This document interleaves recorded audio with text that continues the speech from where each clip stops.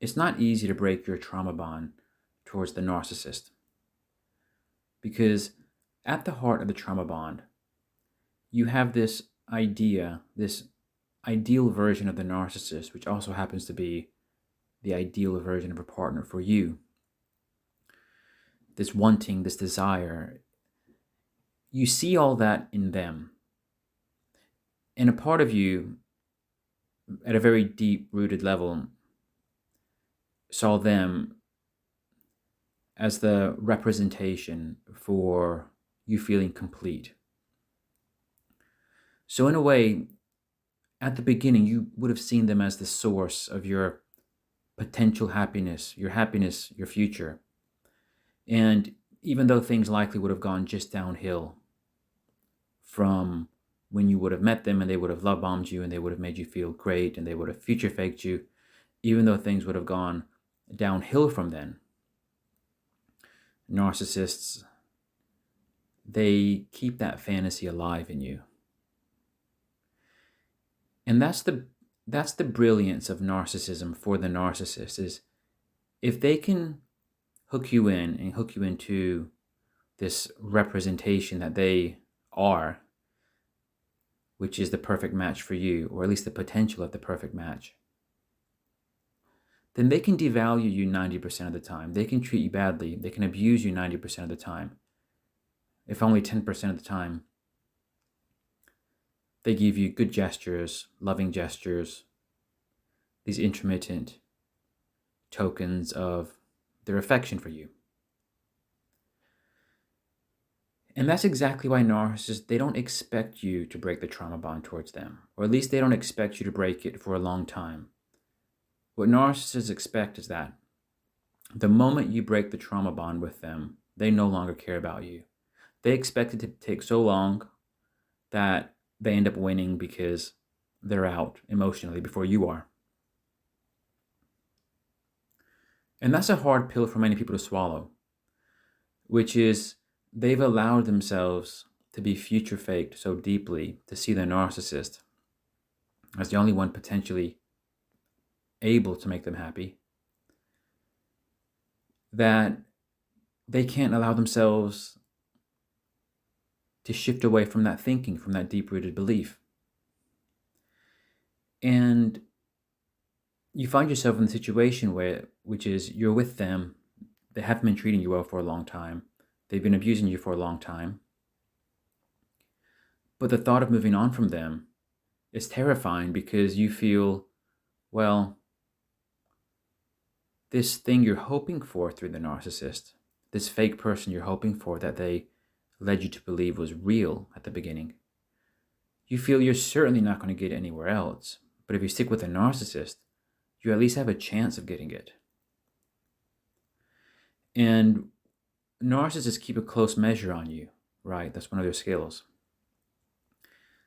It's one of their brilliant skills because they're very good at it. They keep a close measure on you. The moment you ever become absolutely about to or willing to walk away from them, that's when they give you a bit more intermittent reinforcement. They throw a few more doses of affection your way, a few more doses of gestures, which can be quite loving and caring. And then they'll give you glimpses of that fake person, this fantasy person that you thought wasn't real. You start seeing that person again. And then the narcissist has you right back at square one. And then once they have you right back at square one, it's pretty much like they've secured you, at least for another set period of time. When they reignite that perfect fantasy in your mind again, it's almost like they've bought another 4 months with you. They bought another 8 months with you, another 10 months, another year. Because even if things start going downhill again, you will most likely stick around quite a bit longer.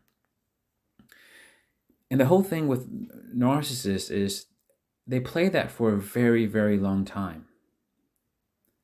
And it's almost like, insofar as you even have a little bit of energy in yourself, if you have a little bit of that grit, that life force running through your veins, then you keep releasing that energy on the expectation that you might find something good in them.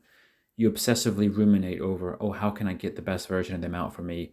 Or why are they being so inconsistent? Why are they saying that they're this one person, but they're treating me like trash? All your energy gets wrapped up on them in one way or another. It's about them. Whether it's about the abuse they're laying upon you, the confusion, you wanting them to be this better version that you think they're capable of. And narcissists know that, and they know that you go around in circles. They know you go around the houses.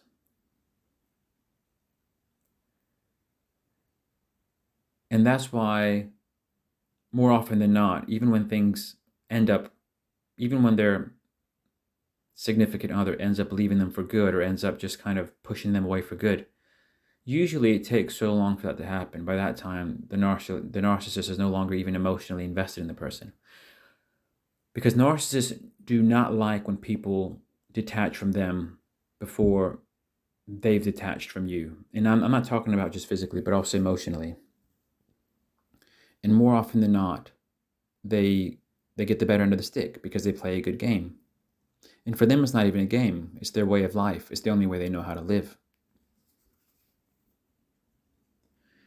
You know, it's like, even when you're not with them, maybe you recently broke up with them, everything you do is about them.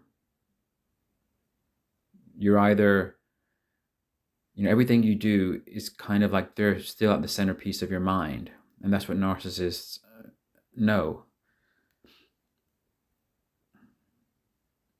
But what you have to do is you have to get to the situation where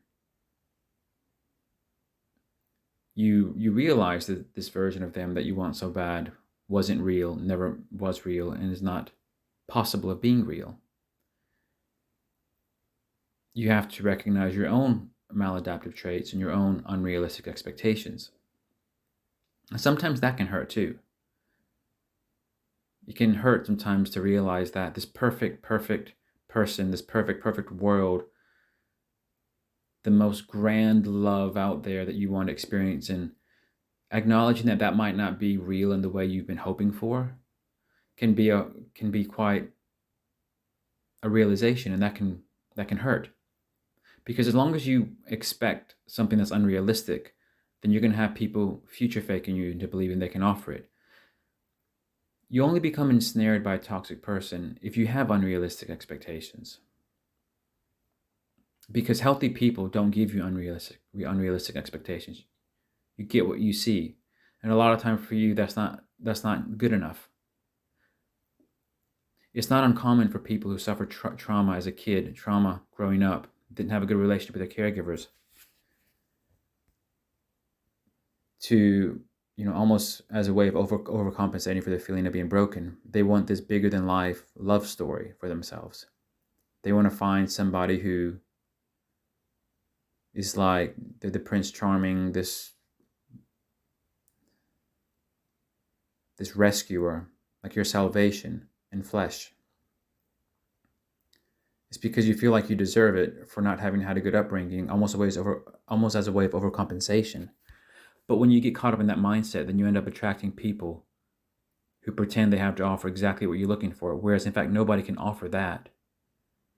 Because when you heal your own core wounds, then you don't need this bigger than life love story to make you feel balanced. You can just be with a healthy person and you feel balanced. So narcissists, they see your broken ends. They see where you're not quite intact. And they're using your own weaknesses against you because you want something that only they can pretend they can provide. And no healthy, normal person would ever lie to you about that. So of course, in that mindset, you're only ever going to attract toxic people. Thanks for watching.